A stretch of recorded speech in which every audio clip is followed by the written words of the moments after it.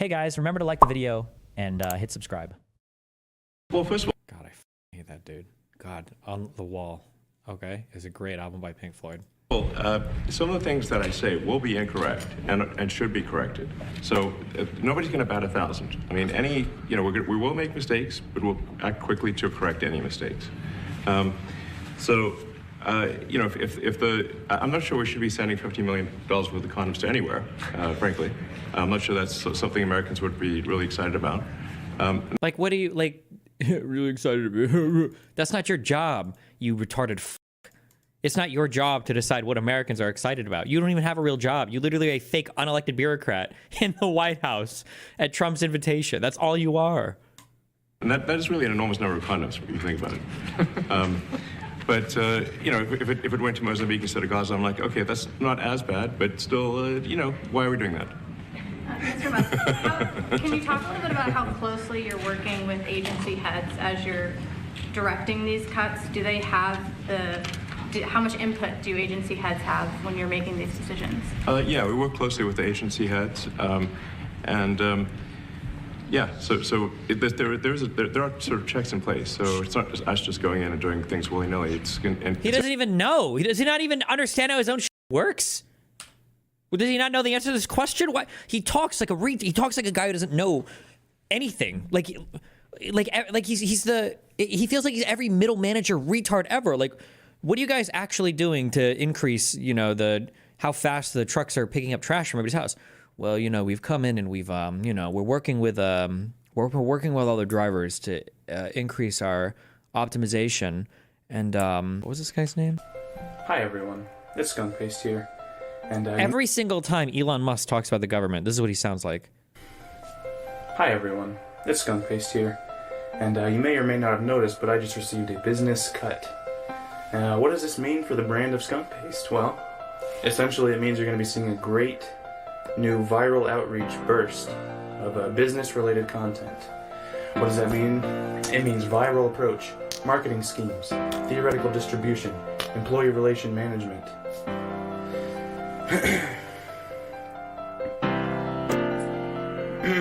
Diabolical web overdrive, advertisement sensibility, outreach announcements, quantized distribution, online web content, pivotal techniques to increase your marketability and sales output, stock portfolio tip trading, techniques, stock investment leeway opportunities, more content delivered straight to your feed. How can I increase my growth? What are my sales figures? What's my bottom line? What is the input-output mechanism for regrowth and remanagement? Staff clearing, business-wide accountability programs, accountability boosters, initiatives and incentives for your employees to overdrive their concepts, paid vacation time, and more. So with all of these great tips, you'll be sure to be successful. With all of these great tips, you'll be sure to make it in the business field. Whether it's online distribution, sales management, team efforts, viral content, or anything related to business, marketing outreach approach, theoretical distribution theory, you will be making your success fields in the rounds. So I can't wait to see your growth. Together we're going to take this journey and follow together. We're both going to be growing in our business ventures. So thank you very much for following my new business channel. And this is about business now. So hope you like business. It's about business. So.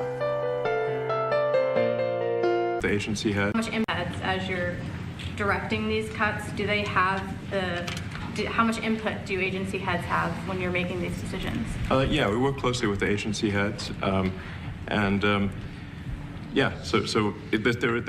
are sort of checks in place. So it's not just us just going in and doing things willy-nilly. It's in partnership with the agency heads, and I check frequently with the president to make sure that this is what the president wants to happen. So we talk almost every day, and I double check things to make sure, is this something? Oh, he double checks. Oh, at least he double checks things. I didn't even know that. That is one new piece of information that I've gotten from here. Thank you. He double checks things. He double checks things. Mr. President, you want us to do this? Then we'll do it. USAID has been one of your main targets. Somebody should say, what do you think is the legal theory that the judges are running with as they're issuing temporary restraining orders against you guys? Like, why do you think they have a legal problem with what you're doing? Just curious. I would just like to hear them stumble through the answer to that. I wouldn't. It would just make me mad. Well, then we'll do it. USAID has been one of your main targets. Are you concerned at all that some of the cuts or that shutting that agency altogether may lead to diseases or other bigger problems starting in other countries that then come to the United States? Yeah, so that's an interesting example. So that's something where we work closely with the State Department and Secretary Rubio. And we have, for example, turned on funding for Ebola prevention and for HIV prevention. HIV prevention. Careful, because you know what a big part of HIV prevention is? It's condoms. Careful. Yes, correct. And we are moving fast, so we will make mistakes, but we'll also fix the mistakes very quickly. So, do you see it as a worthy cause, USAID? I think that there's some worthy things, but overall, if you say what was the bang for the buck, I would say it was not very good. And there was far too. What do you mean, bang for the buck? Like what? Like, are you looking at these to be like economic investments, or? Too much of what USAID was doing was influencing elections in ways that I think were dubious and do not stand the light of day. I can just ask a follow-up to the Pentagon. Oh, USAID money was going to influence elections. Oh, okay, gotcha. Contracts, if you have received billions of dollars in contracts from the Pentagon, and the president's directing you to look into the Department of Defense, is that which we a definitely need conflict to of do and interest? are going to do at the president's request. Does that present a conflict of interest for you? No, because you'd have to look at the individual contract and say, first of all, I'm not the one, filing the contract. It's people at SpaceX or someone who will be putting for the contract. And I'd like to say, if you see any contract where where it was awarded to SpaceX and it wasn't by far the best value for money for the taxpayer, let me know. Because every one of There's not a conflict of interest because it's not me, it's my company. Okay. Fuck me. I didn't even consider that. I didn't consider that one. Contract. And I'd like to say, if you see any contract where where it was awarded to SpaceX and it wasn't by far the best value for money for the taxpayer, let me know. Because every one of them was. The president said the other day that you might look at treasuries. Could you explain that a little bit? What kind of fraud, and that question goes to both of you, what kind of fraud are you expecting to see or do you see right now in U.S. treasuries? Yeah, I think you mean the Treasury Department as opposed to Treasury bills, or... You also referenced treasuries on Air Force One the other night. Go ahead. Well, I've seen people do this in debates. Sean did this a few times where you're like, so you guys said some retarded shit, and both of them are like, yeah, he'll take this one. Go ahead. Bills, or... Trump leans over so fast. Elon, you got this one, right? You also referenced treasuries on Air Force One the other night. Go ahead. Well, as I mentioned earlier, really, the first order of business is to make sure we're actually collecting... Sorry for this. Although my son might enjoy this, but he's sticking his fingers in my ears and stuff. So it's been hard to hear. Oh, he's so personable. Here sometimes, hey, stop that. No, the stuff we're doing with the Treasury Department is so basic that you can't believe it doesn't exist already. So for example, like I mentioned, just making sure that when a payment goes out, it has to have... we're just going to repeat the same stupid shit we said earlier. Okay. A payment categorization code. It's like, what type of payment is this? You can't just leave the field blank. Currently, many payments, the field is left blank. And you have to describe what's the payment for, some basic rationalization. That also is left blank. So this is why, the Pentagon, when's the last time the Pentagon passed an audit? I mean, a decade ago, maybe? I don't know, ever? It seems completely inappropriate to have a child in this presser. What are you talking about? Don't you know how business works? Ladies and gentlemen, find one that has, and the men that work for me, and they are men I know. I make it my business to be there and to see their work. I don't lose my tools in the hole and spend months fishing for them. I don't botch the cementing off and let water in the hole and ruin the whole lease. I gotta have his kid with him. This is my son and my partner, H.W. Plain. We offer you the bond of family that very few oil men can understand. I'm fixed like no other company in this field, and that's Because my Coyote Hills well has just come in, I have a street. Really? And we want to just, in order to actually pass audits, you have to have financial information that allows you to trace the payments. And once in a while, the Treasury has to pause payments if it thinks the payment is going to a fraudulent organization. If a company or organization is on a do not pay list. Yeah, we've heard this. How many times does he say this in this one thing? Is this like the 6th time? How many times have they brought up this do not pay? 1, 2, 3, 4, 5 times. Okay, good talking point. Did you guys rehearse this one beforehand? Jesus. Would not pay it. I'm sure you would agree. Like if it's quite hard to get on that payment, the do not pay list, it means that this is. Oh yeah, good point. Also, wait. So you want like these fields to be labeled more for payments going out? Aren't you describing bureaucracy? Like, aren't you describing like a bureaucratic thing here? So you want more bureaucracy, or? I would agree. Like if it's quite hard to get on that payment, the do not pay list, it means that this is someone that is just. It's like, yeah, that's a good point too. What do you think people are going to write in these hypothetical fields? Like, we implemented the justification field, and we went into and we moved all of them over from Notepad and JSON to SQL databases because they weren't using those before. He tweeted this out apparently.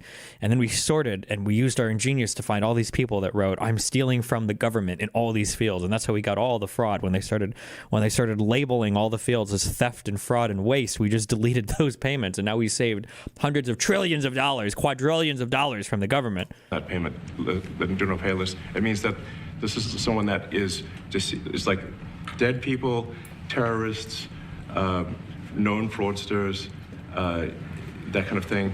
We should not the known fraudsters. Pay them, but currently we do, which is crazy. We should stop that. Many transactions, and by the way, hundreds, thousands of transactions like that. You know, we have a big team, and for the sake of the country, I hope that the person that's in charge and the other people that report to me that are in charge are allowed to do the right thing, namely make sure everything's honest, legitimate, and competent.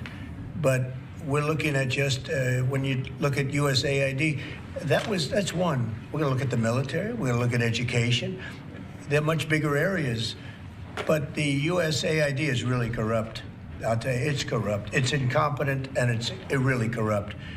And I can't imagine a judge saying, well, it may be corrupt, but you don't have the right. You got elected to look over the country and to, as we say, make America great again, but you don't have the right to go and look and see whether or not things are right that they're paying or that things are honest that they're paying.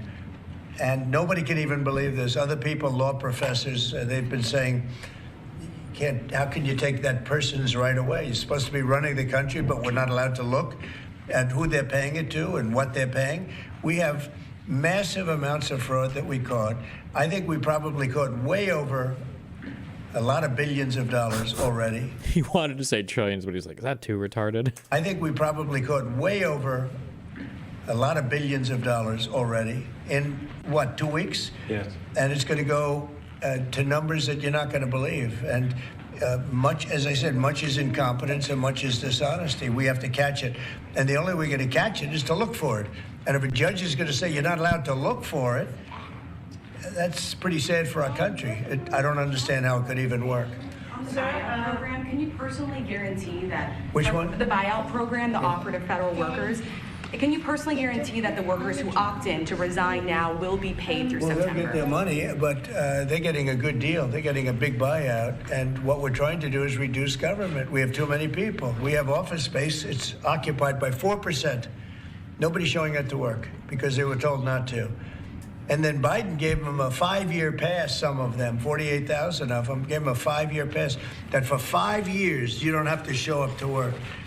And let me tell you, this is largely, much of this stuff is because of Biden. It's his fault.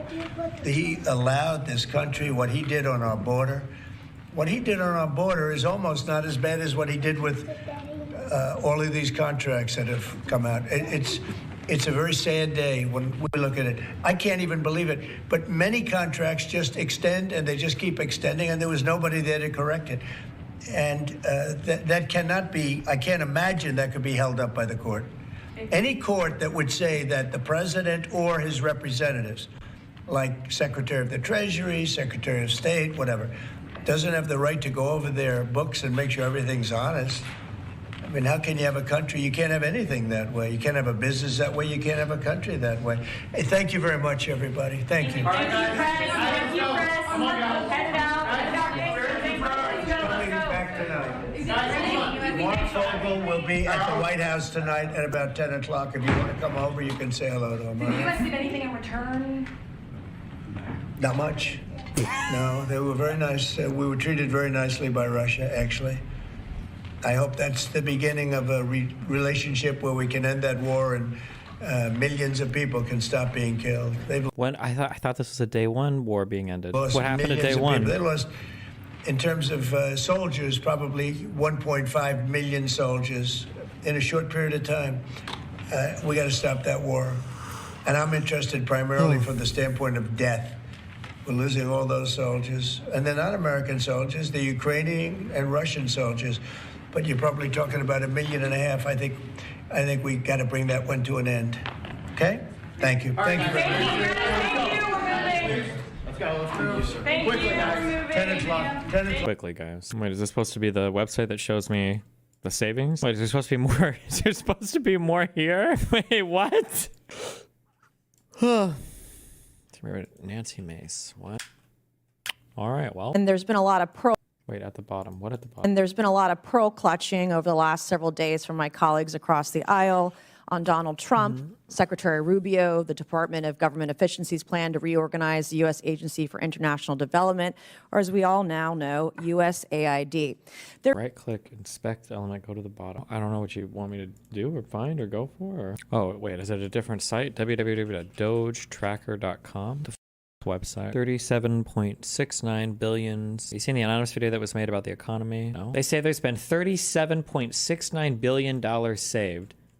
And $30 billion of this just comes from Trump firing a ton of employees.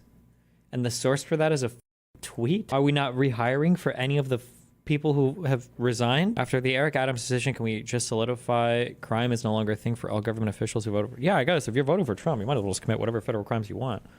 Because apparently you just got to get off. That's good, I guess. 60,000 employees, $300 billion. I'm just curious how much... Or $30 billion. 30 million, 30 billion divided by... So how are we even estimating the saved money here? I don't even know what the fuck this means. Where does this $30 billion even come from? Is this just like a random number that they made up? It's made up. Okay. They're screaming about Elon Musk over there, but hey, George Soros and his boy are okay. They scream that we're all a threat to democracy when they've been systematically dismantling democracy before our eyes. They've been caught with their hand in the cookie jar, and there's no going back. So I would tell my colleagues across the other side of the aisle, take your salty tears and sit right back down. USAID has long strayed from its mission to effectively and efficiently administer aid to advance American interests. USAID has become rotten to its core, sacrificing the prudent use of taxpayer dollars at the altar of advancing radical, sinister social and political agendas abroad. From discriminatory DEI initiatives to extreme gender ideology to marginalize real bona fide biological women. For decades, while homeless veterans sleep on our streets, our communities rebuild from natural disasters, and American families struggle to get by, USAID has pillaged and plundered the American treasury, essentially lighting American taxpayer dollars on fire, funding some of the stupidest, just dumbest initiatives imaginable, all supported by the left, and that's why their party is crumbling. Today, I'm going to expose some of the initiatives USAID has funded over the years and ask each of you a yes or no question. If you believe these expenditures of American taxpayer dollars put America first, so it'll be yes or no. USAID awarded $2 million to strengthen trans-led organizations to deliver gender-affirming health care in Guatemala. So to each of you this morning, does this advance the interests of American citizens paying for trannies in Guatemala to the tune of $2 million? Jesus. Yes or no? Governor? I have no position. Of course you don't. Okay, USAID awarded over $750,000 to fund alleviating loneliness among migrant garment workers in India. Does this advance America's interests, Governor? No. No, I have no position. USAID awarded $1.5 million for providing a gender-sensitive response to migration at the Venezuelan border. Does this advance America's interests, Governor? No. No, I have no position. Does this advance the interest? Okay, so USAID awarded $4.3 million on October 1st, 2023 to a group to fund comprehensive health services for men having sex with other men in South Africa. Does this advance the interest of American citizens, Governor? No. No, I have no position. I bet you don't. Okay. USAID awarded $1.5 million to advance diversity, equity, and inclusion in Serbia's workplaces and business communities by promoting economic empowerment and opportunity for LGBTQI+ people in Serbia. Does this advance America's interests? No. No. Nope. You have no idea, right? Okay. USAID awarded over $70,000 to a group to deliver a live musical event to promote the U.S. and Irish shared values of diversity, equity, inclusion, and accessibility. Does this advance the interests of America? No. No. No position. No position or no clue. Okay. USAID awarded $1.5 million to fund strengthening community support structures to upscale LGBT rights advocacy in Jamaica. Does this advance our interests? No. No. No position. USAID awarded $28 million to a group to facilitate the economic insertion of Venezuelan migrants and refugees in Peru and Ecuador. Does this advance our interests? No. No. No position.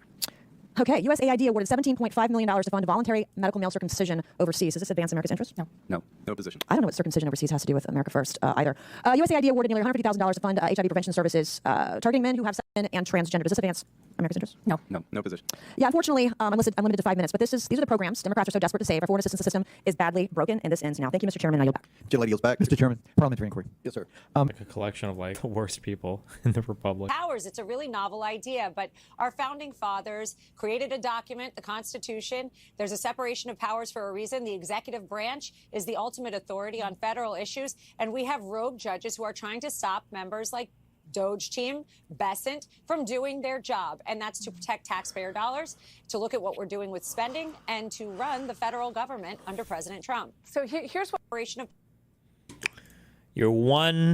the one shining light here is like the enemy of my enemy is my friend. As cringe as our Supreme Court is right now, the only thing they want to defend power more for than the executive branch is themselves. There is no shot that a Roberts court is going to be happy with this much power grabbing from the president. Not that it matters, I guess, if the president doesn't give a fuck anyway, but that's why they have abided by the blocks so far, haven't they? So it makes sense they would same for the Supreme Court. My understanding is they have not abided by it. I thought a judge issued an order today saying that they haven't been abiding by the blocks. So I don't know where you get that from. That's it. But they don't do that. What is this? That's why it's laughable when you think about the Biden administration, which had every right to actually abolish student loan debt. They had all of the power, and the Supreme Court decided it was unconstitutional. F the Supreme Court. What are you going to do about it? But Biden was, of course, the wrong guy for that because he can't go on television and do what Trump does all the time, which is to say the Supreme Court is an enemy of the American people. They want people to be saddled with unlimited debt for the rest of your lives. They want you to be saddled with unlimited debt. They pulled a bullshit case out of nowhere to claim that there was a financial institution being harmed. The financial institution itself said that there's no legal standing for this court case. Are you joking for the Supreme Court for that? What are you doing? The Supreme Court shut Biden down. They did pass it. Are you so sure that if the Supreme Court said no to Trump would ignore that? Should Biden? This take is amiss. Biden did attempt to forgive student loan debt. Brother, what are you saying? Why are we fighting about student loan debt? Oh my God. The thickest of ropes. Hey everybody, it's Tim Miller from The Bulwark. We've got more breaking news, and I think this one's the biggest story of the day. A whistleblower has come forward to say that FBI Director nominee Kash Patel was directing the firings that we've seen at the Bureau of agents that were involved in the investigations into Donald Trump and other top-level people at the Bureau. We discussed these firings and the implications with Andrew Weissman in another video. If you missed that a while back, I recommend going back and checking that out. He was the former general counsel of the FBI. But the reason why this is a doozy, if the whistleblower statements are true, and I think there's good reason to believe they are, is that Kash Patel, it would mean that Kash Patel perjured himself when he was asked about this directly during his confirmation hearing. And when this Q&A happened, my spidey sense went up immediately because it just beggared belief that there would be a purge at the FBI, that some advisory team would come in and recommend a bunch of high-level firings, and that the person that Trump nominated to run the Bureau wouldn't have been... I can't do that. Do we go back to the red pill arc to save our brains? Fuck no. Involved in that? Like it didn't make any sense to believe like that could have been true. And the fact that Kash, in my opinion, lied about other things during that hearing. I mean, again, it's hard to imagine that he wasn't involved in conversations with Trump about the pardons, which is another thing that he said. So who knows? I mean, I guess maybe, but it just doesn't really pass the smell test. Is I guess way to put it. But I want to show you because credit to Senator Cory Booker. He asked this question in a very direct manner. Almost, I don't know if Cory's spidey sense was up as well, or if maybe they had a sense that this was coming. He really cornered Kash on this question of whether he was involved in the hirings. I want to watch that clip right now. Are you aware of any plans or discussions to punish in any way, including termination, FBI agents or personnel associated with Trump investigations? I'm not aware of any, Senator. I'm not aware of any senator. I mean, that was a very clear question, straightforward. Are you aware of any efforts to punish agents who were involved in the investigations into Trump? I was not aware of any senator. So that is what he said during the hearing after a really smart question from Cory Booker. Now let's go to what we are learning from the whistleblower. We're going to a story here from the Washington Post. The Washington Post pegs the story to a letter put out by Dick Durbin, who's the ranking Democrat on the Judiciary Committee. In the letter, he says that there was a January 29th meeting between FBI's acting director Brian Driscoll and a member of this director's advisory team that I mentioned earlier. At this meeting with Driscoll, the advisory team arrived with a list of names Durbin said this list was seen by multiple FBI leaders, and they understood it to be a collection of, quote, people in the crosshairs. The senator said he reviewed notes taken during a meeting that same day between top FBI leadership and acting Deputy Attorney General Emil Bove. This guy's been a, really the central figure from the legal side in advancing these purges, not just at the FBI, but the DOJ and inspectors general and elsewhere. So Emil Bove is this very key figure at the DOJ, was having a meeting with FBI leadership. And Bove, according to Durbin, according to this whistleblower, told the meeting attendees that he'd received multiple phone calls the night before from Stephen Miller, Trump's deputy chief of staff, urging the swift removal of employees whom Patel had targeted for termination.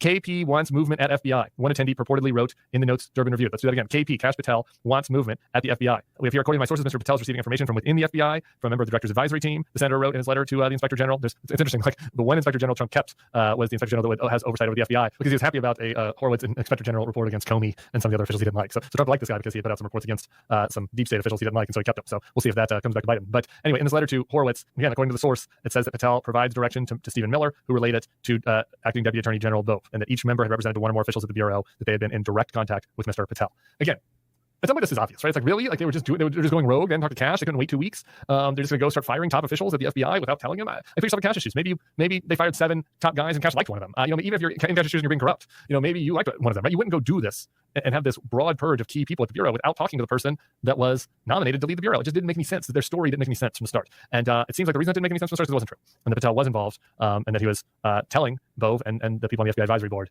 who he wanted to be removed from the Bureau. So we'll see how this shakes out. The hearing, for Patel had been pushed back because the Democrats, I assume, were kind of gathering information about this, and the Democrats had asked for it to be pushed back. So we're going to have a vote on him possibly by as soon as the end of this week. We'll see if there are additional delays. But it's a pretty interesting breaking news story, to say the least. The idea that the incoming director of the FBI would have potentially perjured himself in testimony about firing underlings at the FBI. It doesn't matter for perjury because what is the DOJ going to go after him? Is he going to go after himself? It's not nothing. This is all. What a man. Jesus Christ. What a month. Not even a month. White House failed to comply with court order. Judge rules. Federal judge in Rhode Island said the Trump administration had failed to comply with the order unfreezing billions of dollars in federal grants. It is a basic proposition that all orders and judgments of courts must be complied with promptly.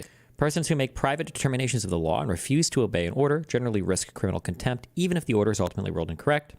The orderly and expeditious administration of justice by the courts requires that an order issued by a court with jurisdiction over the subject matter and person must be obeyed by the parties until it is reversed by orderly and proper proceedings. The defendants issued a broad, categorical, all-encompassing directive freezing federal funding. The plain language of the TRO entered in this case prohibits all categorical pauses or freezes in obligations or disbursements based on the OMB directive or based on the President's 2025 executive order. 2025 executive orders. The defendants received notice of the TRO. The order is clear and unambiguous, and there are no impediments to the defendant's compliance with the order. The states have presented evidence in this motion that the defendants in some cases have continued to improperly freeze federal funds and refuse to resume disbursement of appropriated federal funds. The defendants now plea that they are just trying to root out fraud. But the freezes in effect now were a result of the broad categorical order, not a specific finding of possible fraud. The broad categorical and sweeping freeze of federal funds is, as the court found, likely unconstitutional and has caused and continues to cause irreparable harm to a vast portion of this country. These pauses in funding violate the plain text of the TRO. In response to the defendants' arguments, they can request targeted relief from the TRO, from this court, where they can show a specific instance where they are acting in compliance with this order, but otherwise withholding funds due to specific authority. Therefore, consistent with the U.S. Constitution, the United States statutes, the United States Supreme Court precedent, and the TRO, the defendants are hereby further ordered as follows. 1. The defendants must immediately restore frozen funding during the pendency of the TRO until the court hears and decides the preliminary injunction request. 2. The defendants must immediately end any federal funding pause during the pendency of the TRO. 3. The defendants must immediately take every step necessary to effectuate the TRO, including clearing any administrative, operational, or technical hurdles to implementation. 4. The defendants must comply with the plain text of the TRO, not to pause any funds. And 5. The defendants must immediately restore withheld funds, including those funds appropriated in the Inflation Reduction Act and the infrastructure, blah, blah, blah, blah, blah. Okay, well, damn. That's what they're trying to get around. It specifies the OMB memo or presidential executive orders. They basically are trying to argue that Biden's IRA stuff doesn't count because it wasn't in the EO. The judge's targeting is complete bullshit, but I think it shows they are weaseling for anything. They aren't willing to break the court rulings in a 100% insane way. Instead, I don't agree with that, but I think it's pretty ludicrous.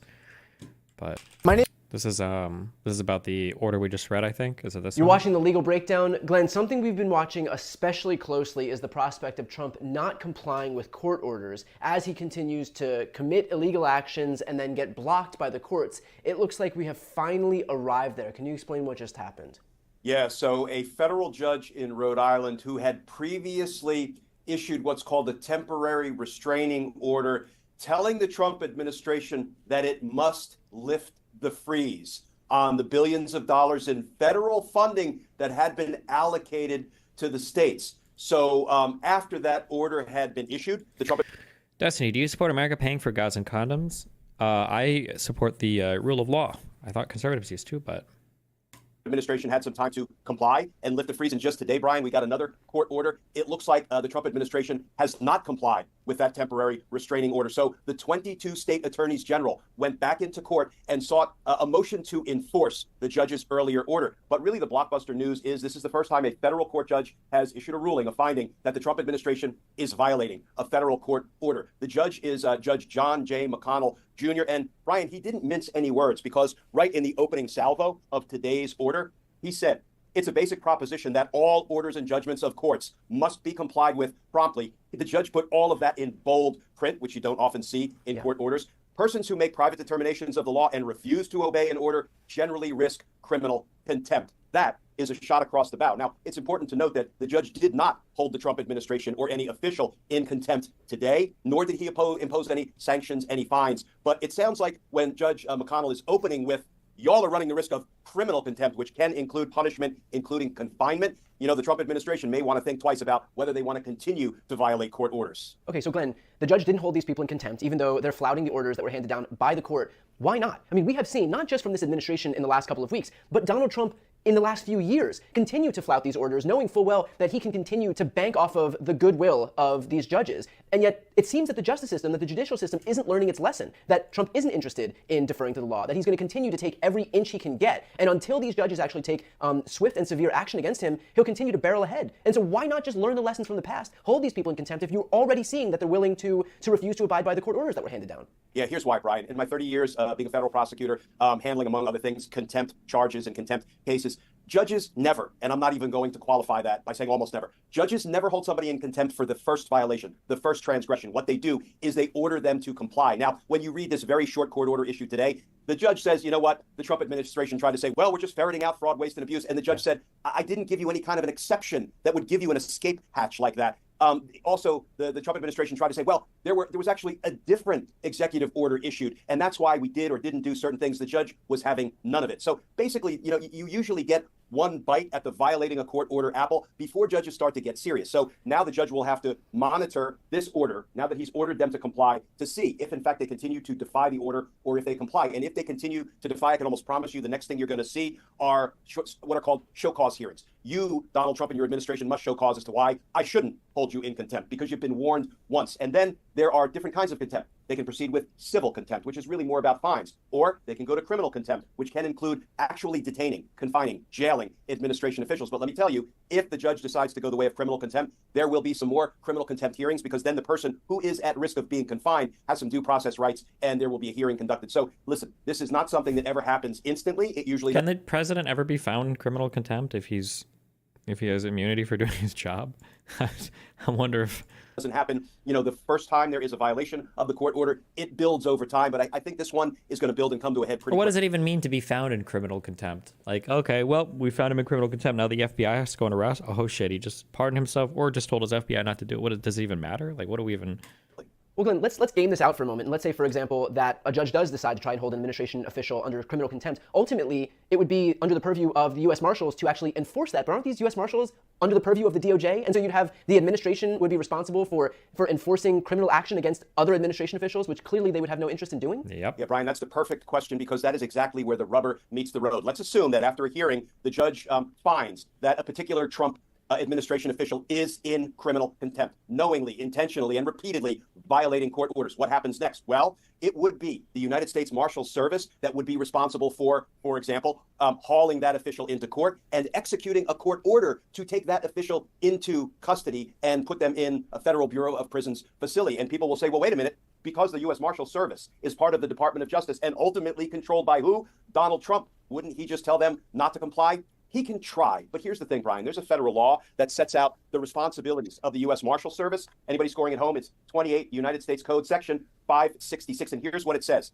It is the primary role and mission of the United States Marshal Service to provide security for federal judges and to obey, execute, and enforce all orders of the United States District Courts. What does that mean? That means that the U.S. Marshal Service is obligated by federal law to enforce court orders. And here's the thing, Brian. We are getting closer and closer to a true constitutional crisis when the executive branch of government says, even though we are duty-bound by our constitutional construct to comply with lawfully issued federal court orders, we're not doing it. Then the United States Marshal Service has a decision to make, and I don't believe it's a difficult decision. Let me say, I worked with the good men and women of the U.S. Marshal Service for decades. They take their responsibility and their loyalty to the Constitution deadly seriously. And I think the success of Donald Trump attempting to plunge us into a constitutional crisis depends on just how many people Donald Trump can recruit to his, de facto criminal conspiracy to undermine the laws of our nation and to undermine the Constitution. I do not believe, and I hope I'm not being naive about this, that the men and women of the U.S. Marshal Service will say, we're going to violate the federal law that requires us to execute lawfully issued federal court orders by federal court judges. Instead, we're going to walk away from the Constitution and from our legal obligations, and we're going to side with a corrupt president. I am looking for the U.S. Marshal Service to stand strong against crime, corruption, and unconstitutional behavior and execute court orders by federal court judges. Well, Glenn, here's my pushback to that, and I hope I'm not being too cynical here, although there's a low bar for how cynical we could be these days. But hearing that it's unlikely to see the U.S. Marshal Service do something illegal, I mean, at the same time, we're also talking about them reacting to the prospect of the situation that we are currently in, which is that Donald Trump his administration was ordered to do something. He refused to comply with a lawful order handed down by a judge, and so that's why we're in this situation. We're already in a situation where the federal government isn't following the law, and so that's why it's difficult for me to see that and say, okay, well, we couldn't possibly see a situation where somebody would, in the federal government would defy the law because we're this whole thought experiment is in response to the Trump administration already defying the law. Yeah, why would you assume? So just the DOJ or just the president or just all of that part of the executive branch would defy the law, but the marshals wouldn't? Already doing exactly that. Yeah, the Trump administration is acting lawlessly. Indeed, it's acting unconstitutionally when, for example, Donald Trump signs an executive order revoking the constitutional right of birthright citizenship. And a Reagan-appointed judge who's been on the bench for 4 decades said, and I quote, "It is blatantly unconstitutional," that executive order. So we see the executive branch acting lawlessly and unconstitutionally. We see Congress, the Republicans in Congress, just laying down for Donald Trump and acting as his doormat. They're not, asserting themselves. They're not protecting their own rights and interests as a co-equal branch of government. So what's to say the United States Marshal Service will do any better? All I can say is, having worked with the judicial unironically has zero checking powers on the executive. Kind of. I'm saying this, okay, until this permeates and other people repeat it, okay? Checks and balances only serves to function when everybody is playing by the rules. There are no checks and balances at all if the executive decides that they don't want to play ball. Okay, there's no such thing as a check or a balance on executive power if the executive says, oh, actually, we don't want to play this game anymore. You can't do anything. It's not going to be a bunch of guys in robes and a bunch of lawmakers running down the street to go and fight with the FBI and the DOD and then the military. If the executive says we're not going to play ball, there are no checks and balances. Checks and balances are the procedures. Those are procedural things that we have in order to make sure one part of the government doesn't become too powerful. But if somebody decides to break with procedure, the executive, well, then you're fucked. There's nothing you can do at that point. It's over. Or it's not over. But, well, I mean, the constitutional order is over. Then you get to, I don't know, coups or revolutions or whatever. With those men and women, I expect them to do better. It doesn't mean that they may go the way of the Republicans in Congress and the Trump administration. I just hope and believe they won't go that way until they do. And then, Brian, basically the executive branch has co-opted all 3 branches of government, because if the judiciary cannot rely on the law that mandates that their orders must be and complied with, if we can't rely on that, well, then Trump has successfully co-opted all branches of government, and then welcome to the American dictatorship. Well, look, I do want to note to that exact point that political gravity does exist, and I think that it is important that we call this stuff out as it happens so that people can be aware of it, push back on it, and we've seen the Trump administration relent before when political gravity becomes too great. So we'll continue to follow up on this stuff as soon as we have any updates. For those who are watching right now, please make sure to subscribe. The links to both of our channels are right here on the screen. I'm Brian Tyler Cohen. And I'm Glenn Kirshner. You're watching The Legal Breakdown. Illegal Breakdown? What? God. Do you think the American people care? No, not much. This is probably still a niche issue with the majority of Americans. Just the process and procedure is just too much. Shot a show this morning with Coleman Hughes, and he's a smart dude. But I feel like even he was like, oh, I feel like Doge's mission is fine. And it's like, what about the legality? And he's like, I don't really know anything about the legality. And it's like, okay. Like, it seems like most people just don't care. Not to not taking anything away from that. I just feel like most people just don't give a fuck about all the process and procedure. So yeah, I don't know. Who knows? Have said that some of the Trump actions, early actions, we put a halt to them. J.D. Vance said that judges aren't allowed to control the executive's legitimate power. You're a constitutional law expert. Ultimately, at the end, if the courts say that the administration is violating the law, should they comply with the court's demands? Well, of course, the branches have to respect our constitutional order, but there's a lot of game yet to be played.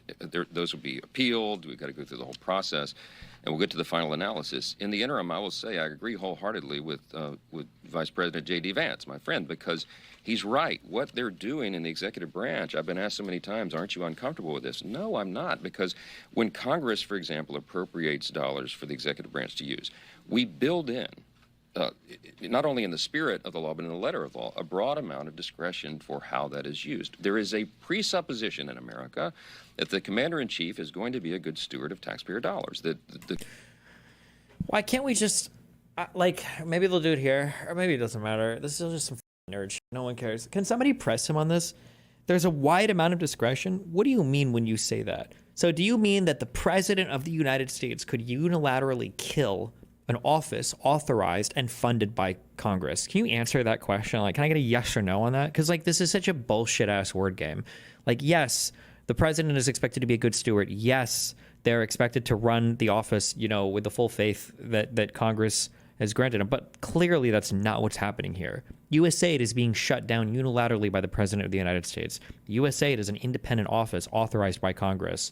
These two positions are not congruent. What you're saying is just you're paying ideological lip service to some position that nobody is having right now. This is not the president's position. The commander-in-chief, the president of the United States, is going to command those within his branch of government to do the right thing by the people, to be accountable, to not fund drag shows in Middle Eastern countries or South America, to not waste our taxpayer dollars. And that's what has been uncovered. And that's why we and the people are applauding what's happening right now in the new administration, because they've taken that seriously, and they're doing it. The forensic audits, effectively, that Doge and Elon Musk are leading. I met with Elon yesterday about this to get an update, and to me, it's very exciting what they're able to do, because what Elon and the Doge effort is doing right now is what Congress has been unable to do in recent years, because the agencies have hidden some of this from us. There's a lot of oversight activity that goes on around here all the time, you all know, but when duly elected representatives of the people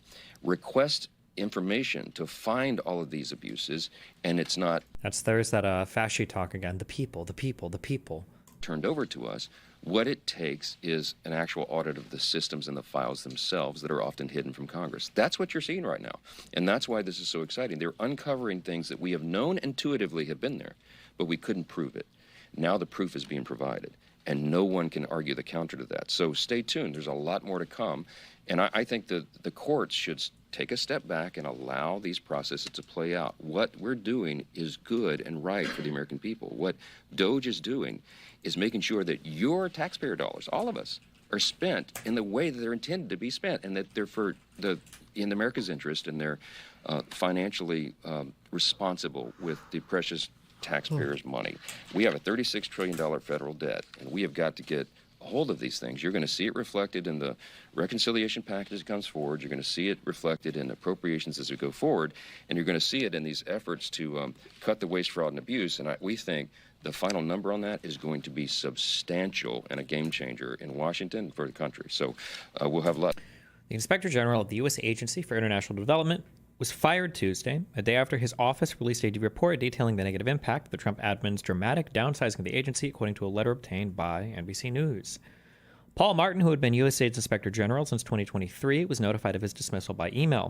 On behalf of President Donald J. Trump, I'm writing to inform you that your position as Inspector General of the United States Agency for International Development is terminated effective immediately. Trent Morris, Deputy Director of the Office of Presidential Personnel, informed Martin in an email obtained by NBC News. Thank you for your service. So the Office of Inspector General, this is the watchdog that makes sure that there's no, like, the waste, fraud, abuse. Top ICE official fired as well. Wait, really? The report by USAID's Office of the Inspector General, led by Martin, warned of the dangers associated with the gap in staffing, including a lack of oversight that may leave the agency susceptible to inadvertently funding entities or salaries of individuals associated with U.S.-designated organizations.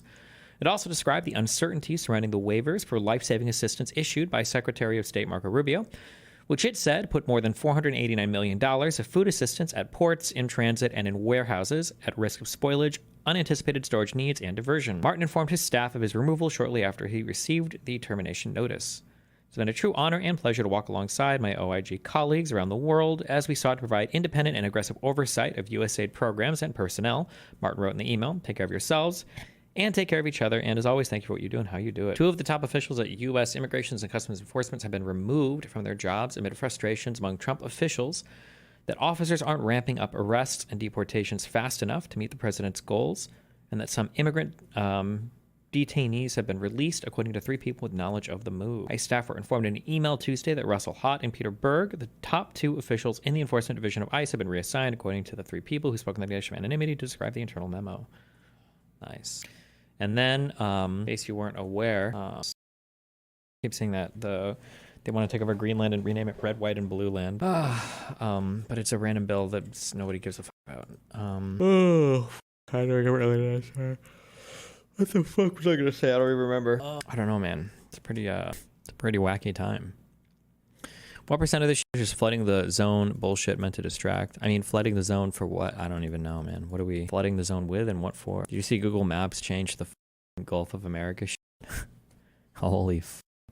Could you suggest somewhere to read more about the USAID stuff for someone like myself who doesn't have much time in the day to really get into it? No, actually, I can't. I wish I could, but like, it's just one of those things where you either like you have some understanding of like how all the government agencies work, or you don't. And if you don't, it's just like so much to catch up on.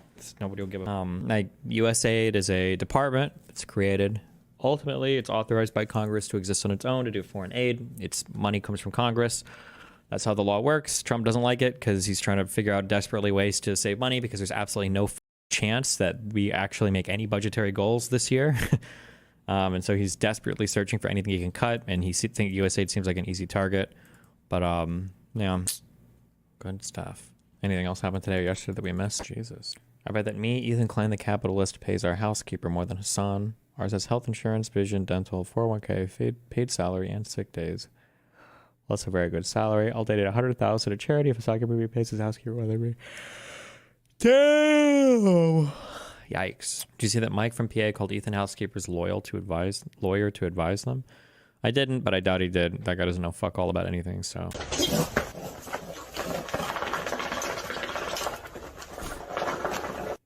Is this woman very small, or are these rabbits incredibly huge? Or is this how big a rabbit normally is?